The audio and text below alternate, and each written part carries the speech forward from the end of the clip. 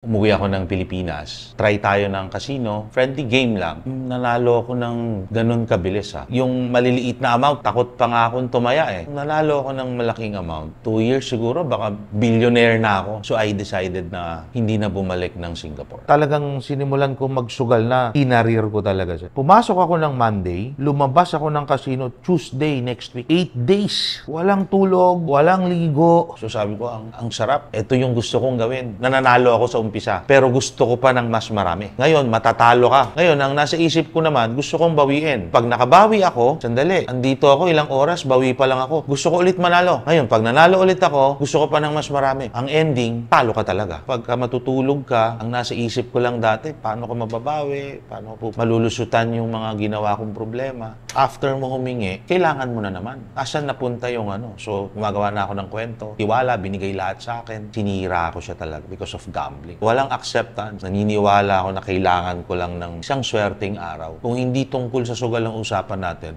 huwag tayo mag-usap. Wala akong gana.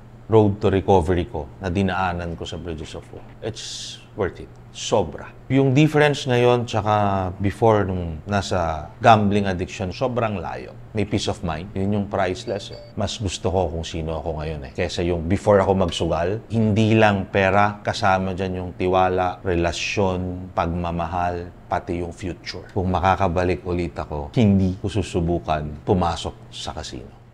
Ang paghahanap ng aming mga guest at pagbabahagi ng kanilang kwento ay nangangailangan ng maraming oras. Pero sa tulong nyo, makakadiscover kami ng mga iba't iba pang mga istorya ng ordinaryong Pilipino. Para sa mas magandang community experience, pwede kayo makipag-usap at magtanong ng kahit ano sa aming mga naging guests at manatiling anonymous sa Discord. I-click nyo lamang ang join button para maging isang exclusive member. Maraming salamat!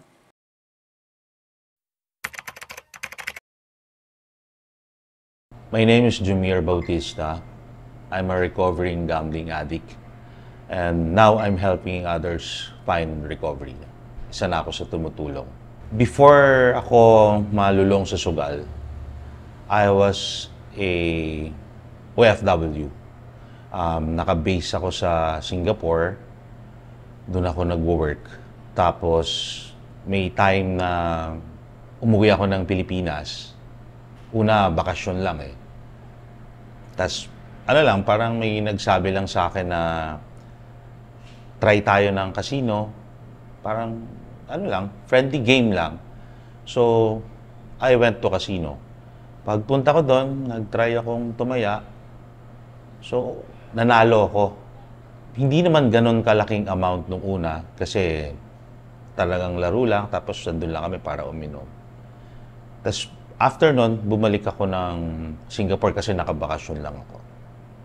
Nung pagbalik ko ng Singapore, naalala ko siya na nanalo ako ng ganun kabilis ha.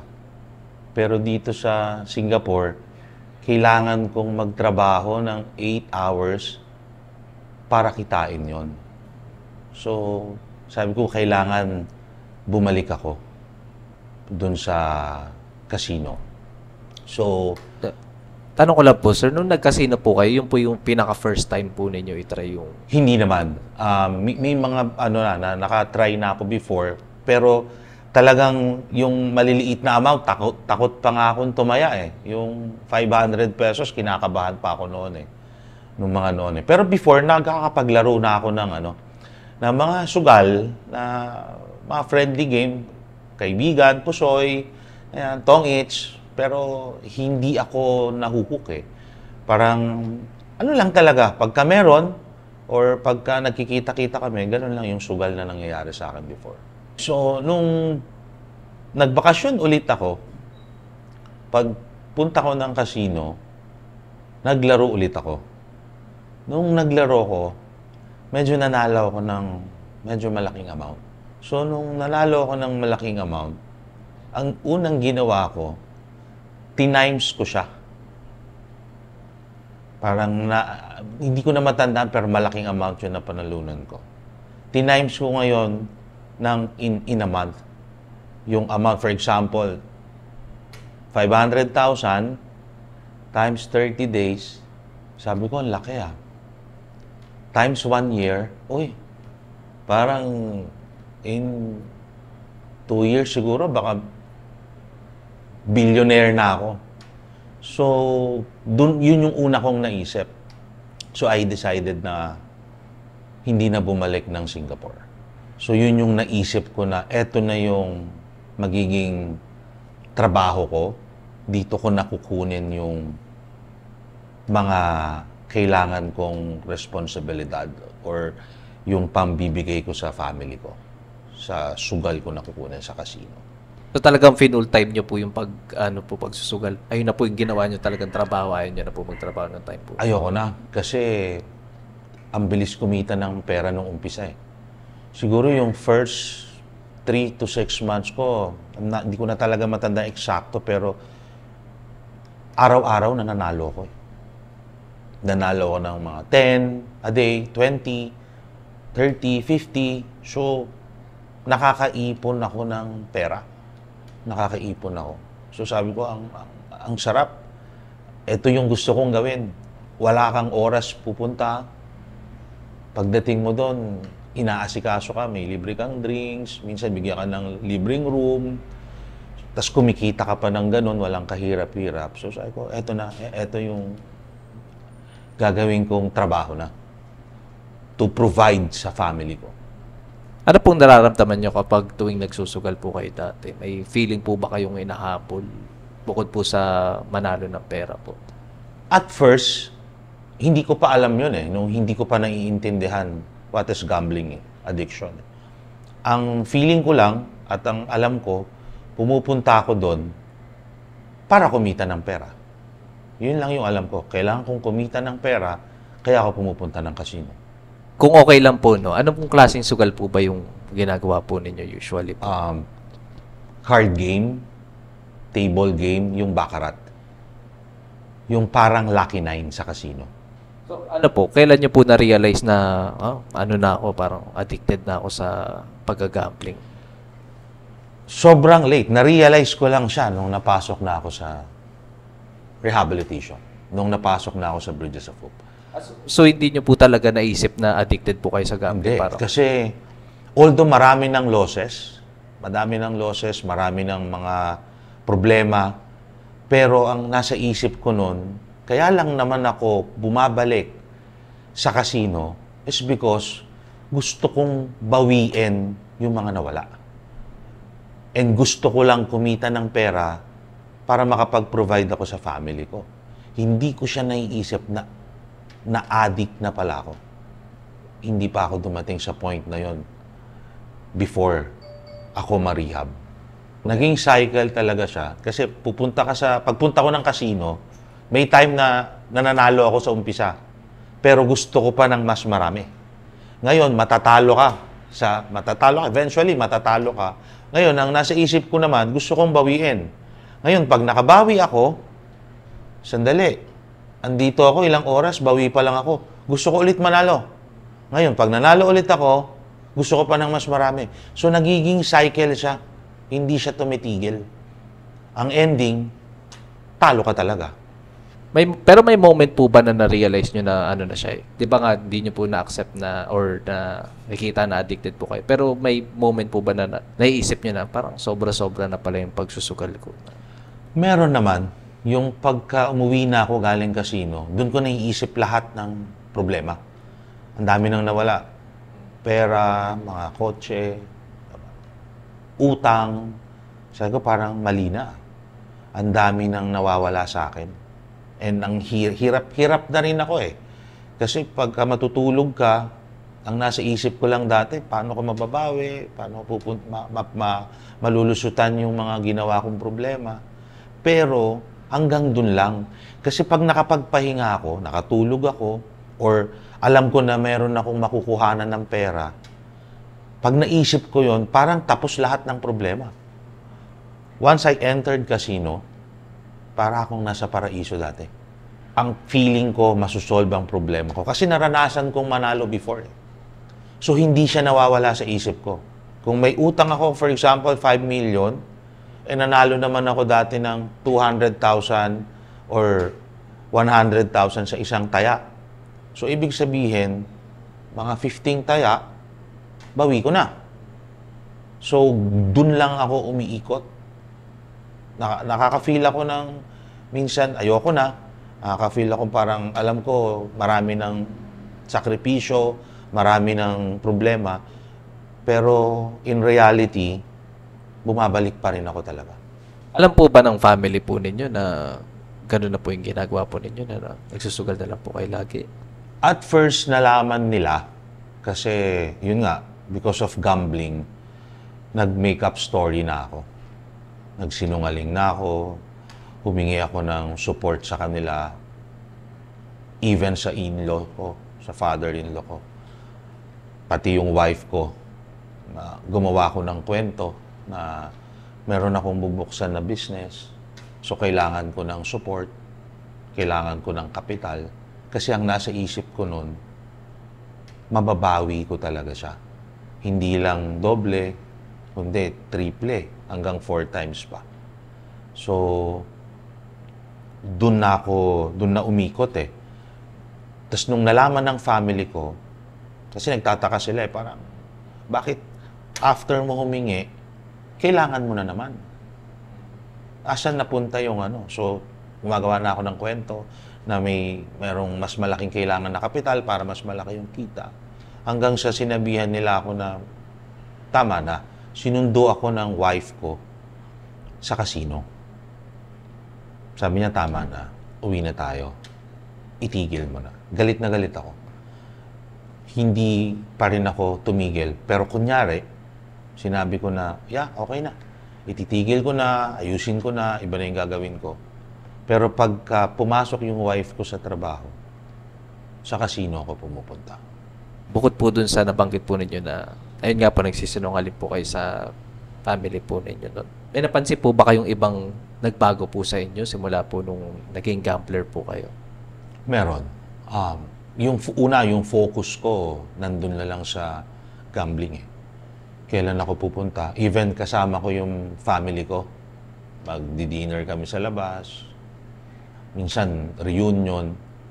Parang nakalutang ako. Andun ako physically, pero yung isip ko, andun sa sugal. Kailan ako pwede magsugal? Hindi na nila ako nakakausap ng maayos. Hindi na ako masyado nakikimingel sa kanila. Ang nasa isip ko, puro sugal na lang. And mas gusto kong kausap yung mga taong nagsusugal. Even sa mga anak ko, wala na rin akong time. Parang hindi na ako nag-exist. Physically, gandun. Pero kinain talaga ng sugal eh. Doon umikot talaga yung mundo ko. May time pa nga na tumawag sa akin yung wife ko, yung anak kong lalaki, may sakit daw, nasa hospital.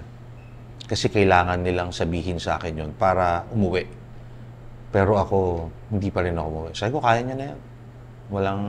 Hindi na ako kailangan dyan. So, yun yung mga nagbago talaga sa akin. Yung mundo ko umikot eh. Sa sugal lang.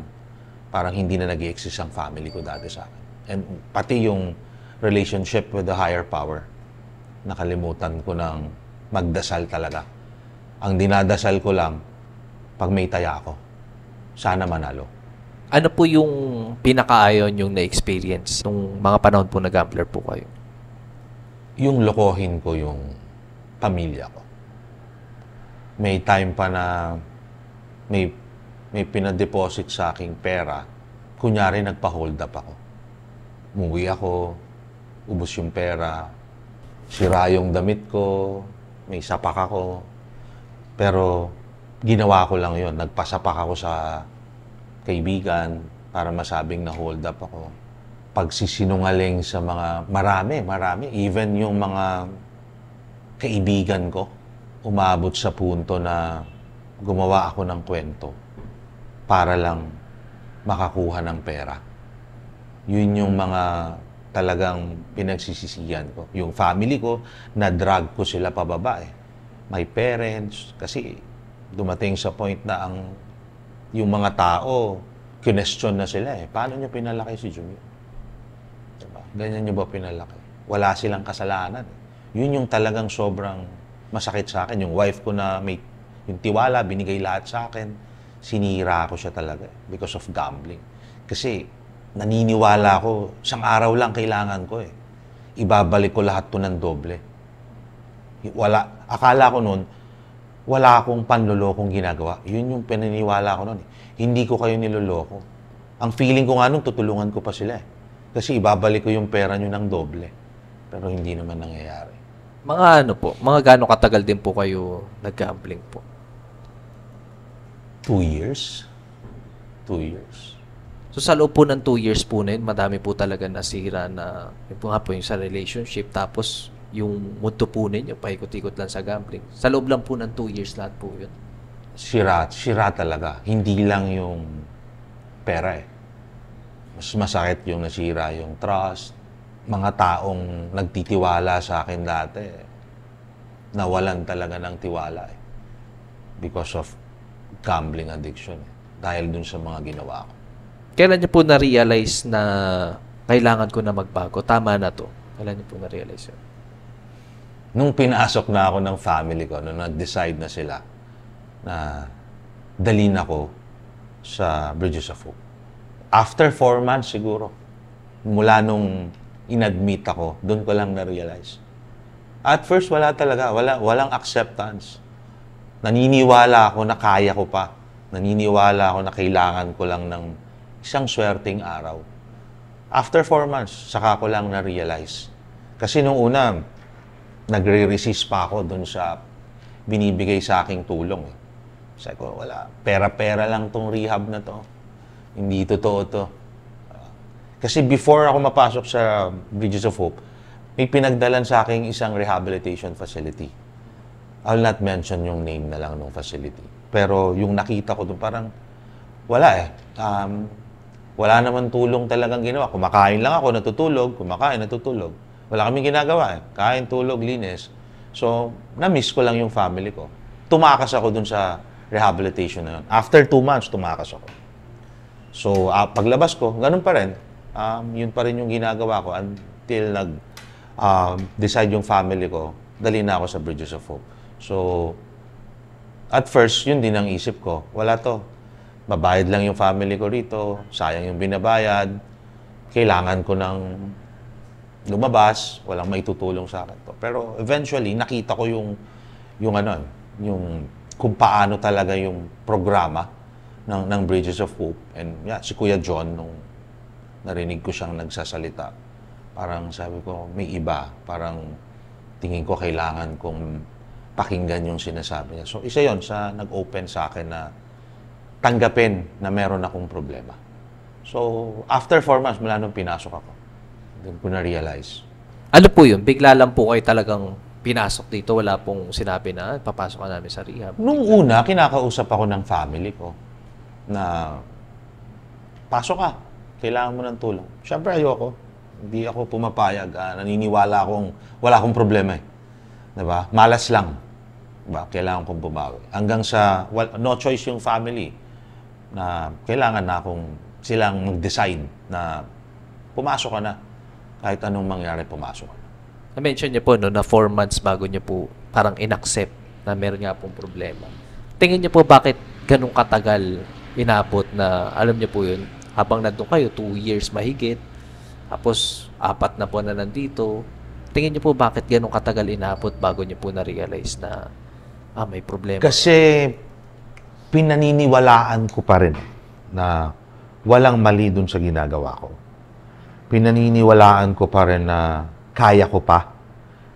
Hindi ako na-control ng gambling eh. Ako lang yung nagkamali ng taya, ako lang yung mali ng diskarte.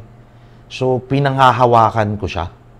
And may gusto kong patunayan kasi dati na mayabang ako eh. Gusto kong patunayan na nung nagsugal ako, tama yung desisyon ko. Dadating sa huli, maniniwala kayo na tama yung desisyon ko na pwedeng gawing trabaho, pwedeng ikabuhay yung pagsusugal. Talagang ever since po nag-stop po kayo sa work nyo sa Singapore, talagang never po kayo pumasok sa kahit anong trabaho po. Never, talagang no. sugal lang po yung pinambubuhay. Sideline, konti-konti, pero wala eh, saglit lang yun talagang. Nag-try din naman ako mag-business, pero nung talagang sinimulan ko magsugal na, kinarir ko talaga siya. Kinarir ko na. At ano po ba yun? Parang araw-araw po talaga kayo? Araw-araw. Nung una nga ako nagsusugal pumunta ako ng Monday, saglit lang ako nung una para mga 30 minutes to 1 hour. Kinabukasan, babalik ako Tuesday. Nakita ko nung Monday. Sabi ko, grabe naman to. Nakauwi na ako, nakabalik na ako, nandito pa rin. So parang hindi ko ma-imagine dati na pwede pala yon. Hanggang dumating yung time ako mismo.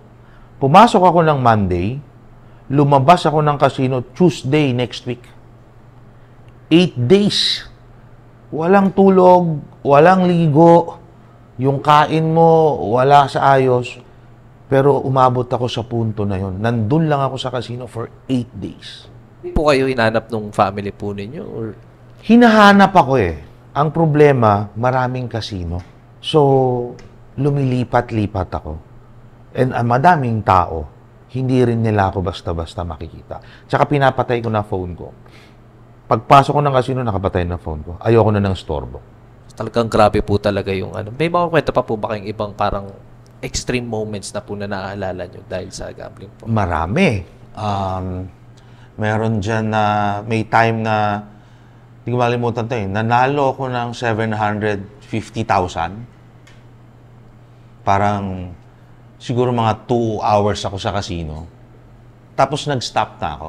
So feeling ko, kontrolado ko na Okay na, hindi na ako tataya.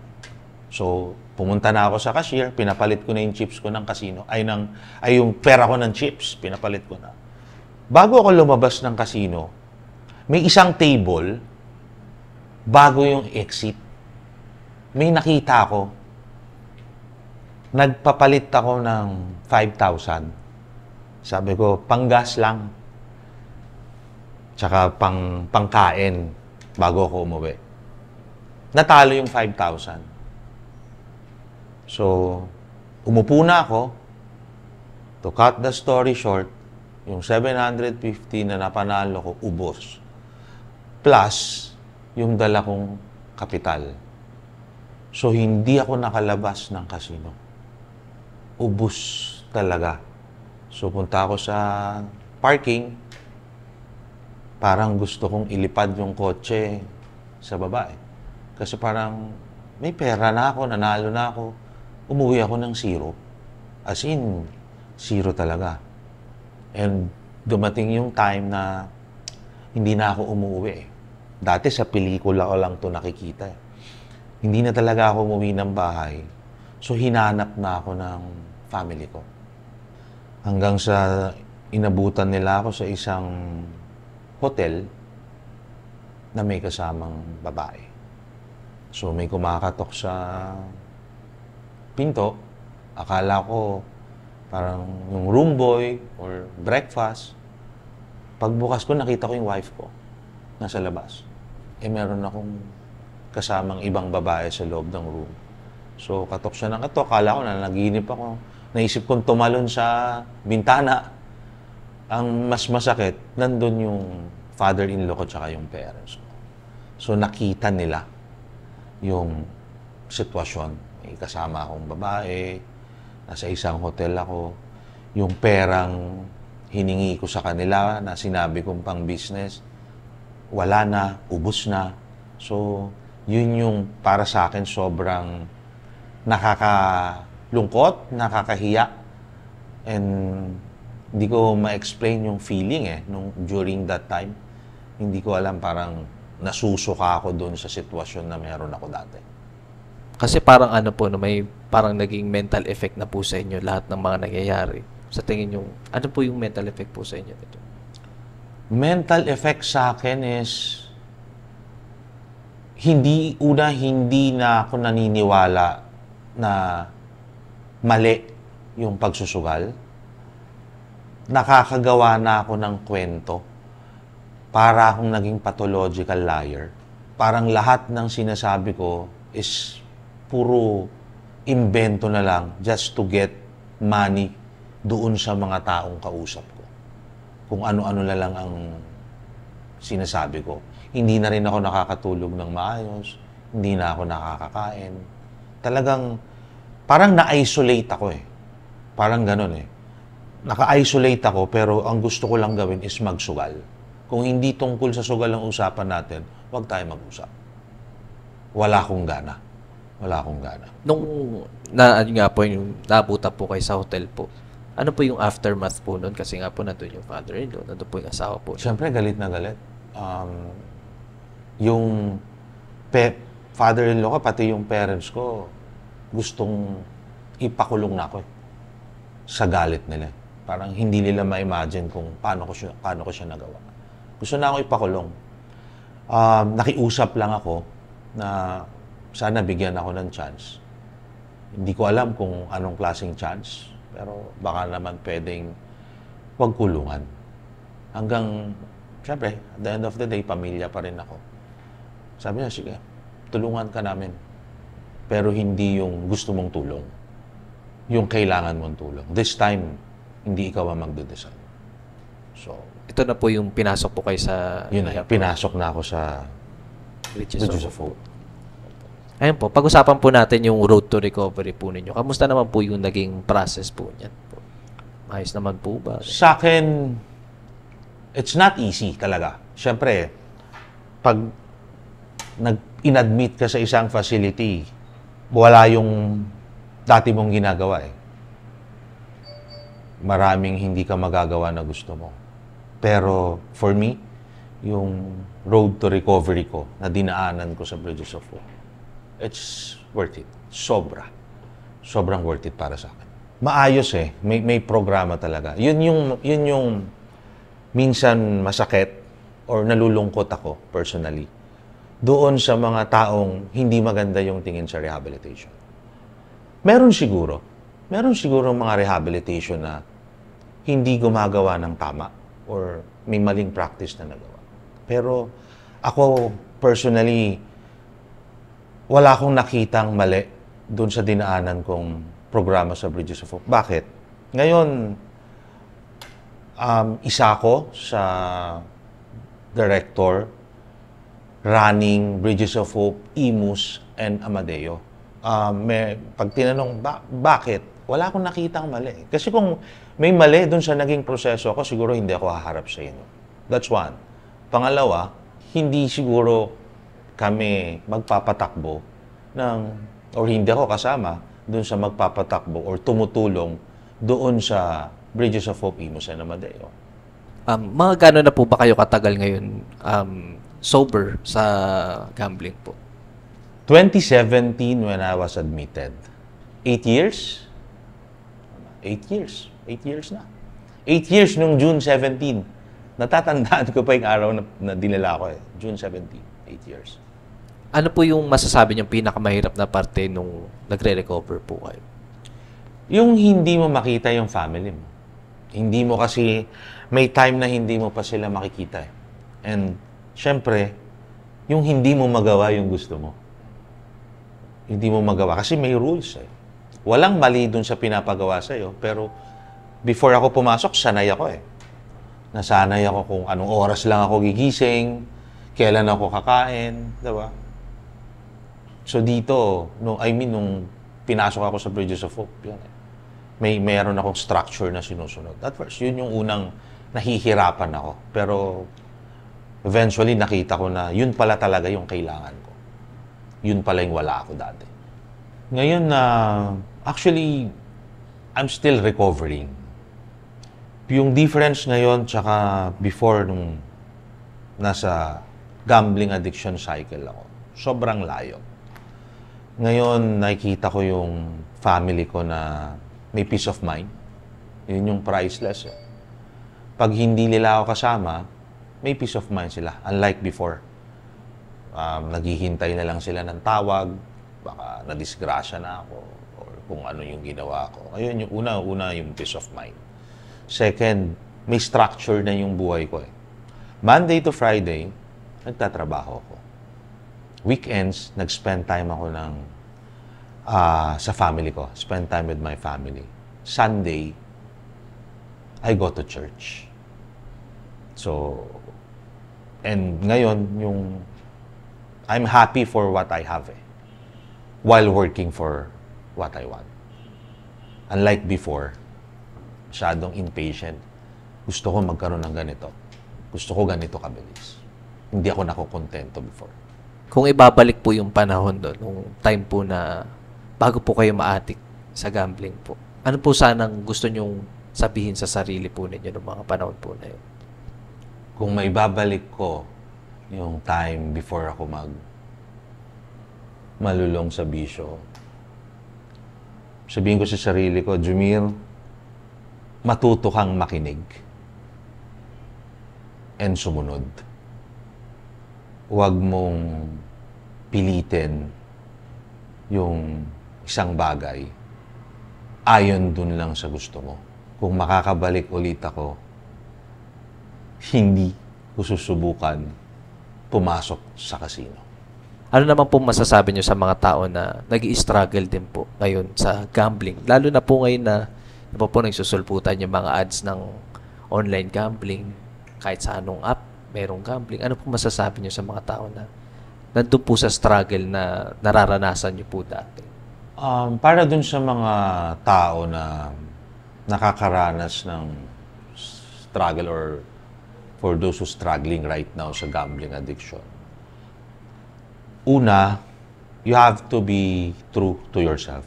Asang stage na ba ako? Andun ba ako sa stage na kaya ko siyang itigil? Or hindi na? Or kahit natatalo na ako, kahit may problema na, nagsusugal pa rin ako. Kasi kailangan nilang matanggap yun eh.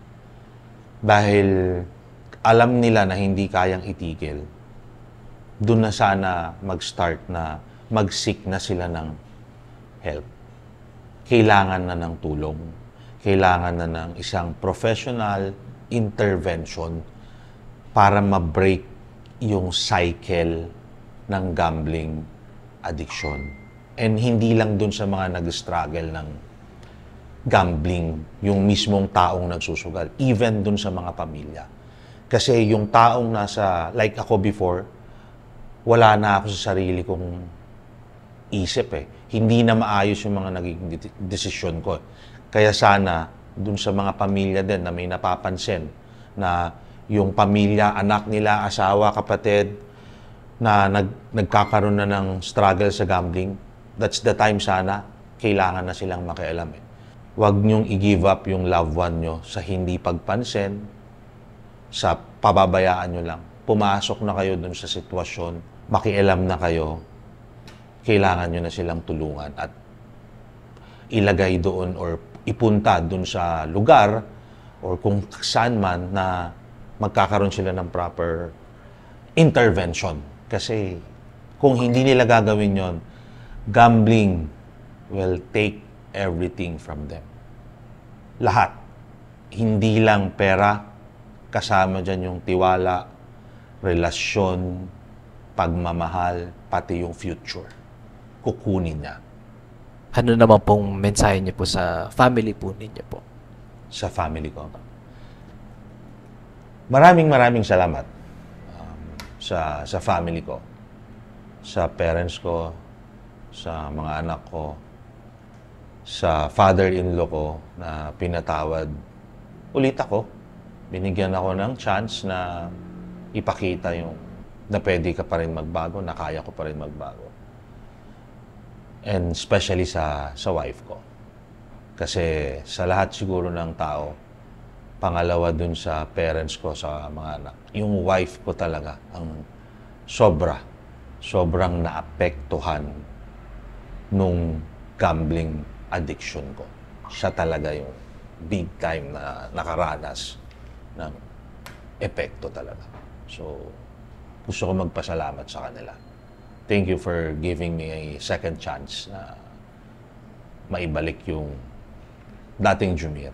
Or for me, mas gusto ko kung sino ako ngayon eh. Kesa yung before ako magsugal, mas gusto ko kung sino ako. And of course, yung nasa taas, number one yan eh. Binigyan niya ako yung sobra dun sa dinadasal ko. Mas sobra pa.